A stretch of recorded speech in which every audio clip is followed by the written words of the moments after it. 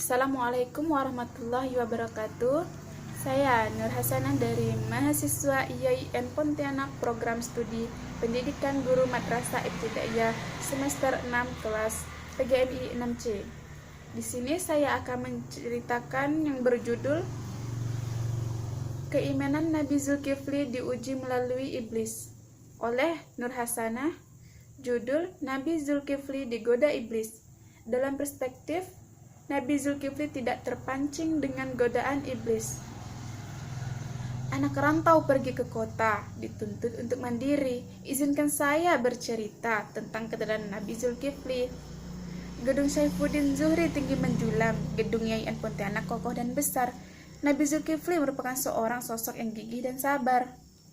Dalam sinopsis, Zulkifli adalah seorang di antara nabi-nabi Allah yang disebutkan dalam Al-Quran sebanyak 2 kali, yaitu dalam Quran Surah Al-Anbiya ayat 85-86 dan Quran Surah Sa'ad ayat 48.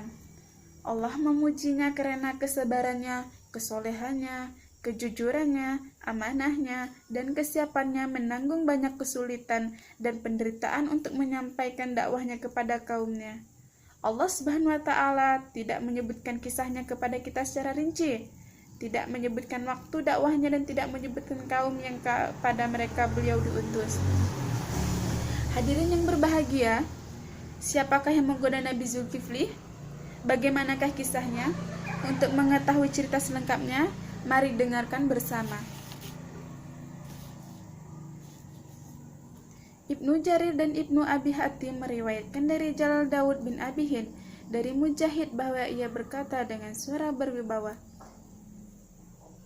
ketika usia Ilyas sudah tua, ia berkata, wahai sekiranya aku mengangkat seorang untuk memimpin manusia di masa hidupku agar aku melihat tindakannya. Maka ia mengumpulkan orang-orang dan berkata, Raja Ilyas dengan suara berwibawa, siapakah yang siap menerima 3 tugas dariku, maka aku akan mengangkatnya sebagai pemimpin, berpuasa di siang hari, sholat di malam hari, dan tidak marah. Lalu ada seorang yang berdiri, yang dipandang hina di mata manusia dan berkata, yaitu Nabi Zulkifli dengan suara berwibawanya. Saya. Beliau bertanya, Raja Ilyas dengan suara berwibawa, apakah kamu siap berpuasa di siang hari, melakukan sholat di malam hari, dan tidak marah? Ia menjawab dengan suara berwibawa, ya. Maka beliau menyuruh orang-orang kembali pada hari itu. Dan pada hari selanjutnya, beliau berkata lagi seperti itu. Lalu orang-orang terdiam, dan orang yang kemarin siap itu berdiri dan berkata dengan suara berwibawa, saya. Maka beliau mengangkatnya sebagai pemimpin. Kemudian iblis berkata kepada setan dengan suara tinggi, kalian harus lakukan sesuatu untuk menggoda si fulan. Namun ternyata orang itu membuat mereka, para setan, putus asa menghadapinya. Maka iblis berkata dengan suara tinggi, sudah, biarkan aku yang menghadapinya. Maka iblis datang dalam wujud orang yang sudah tua, lagi miskin, dan ia datang kepadanya ketika orang ini atau Nabi Zulkifli mendatangi tempat tidurnya untuk istirahat di siang hari.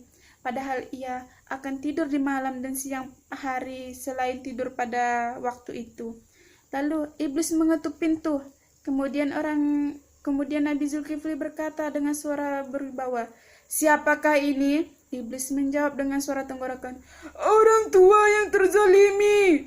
Maka orang itu bangun dan membuka pintu. Lalu iblis dalam wujud manusia yang sudah tua mengisahkan masalahnya dan berkata dengan suara tenggorokan, sesungguhnya antara aku dengan kaumku ada masalah.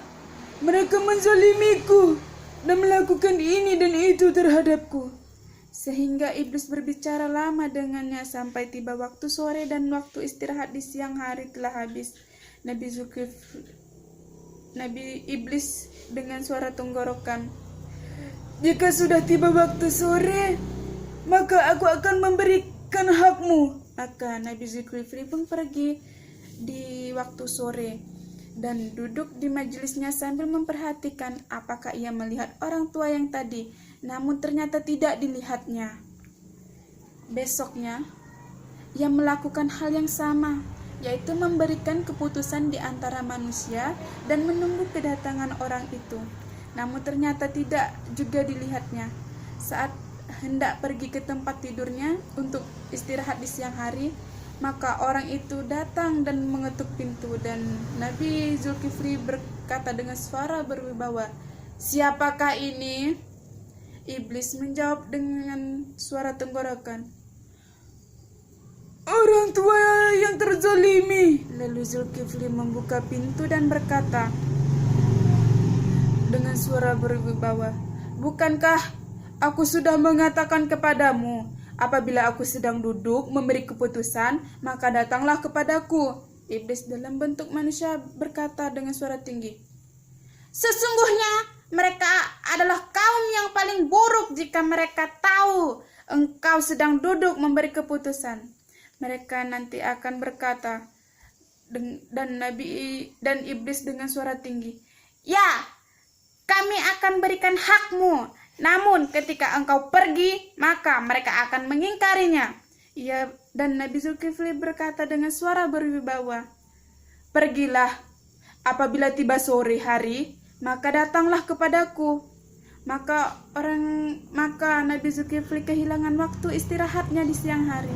Ia pun datang di sore hari, namun tidak juga melihat orang tua itu, dan ia sangat mengantuk sekali, sehingga ia berkata kepada sebagian keluarganya, Nabi Zulkifli dengan suara berwibawa, "Jangan biarkan seorang mendekati pintu ini sampai aku tidur.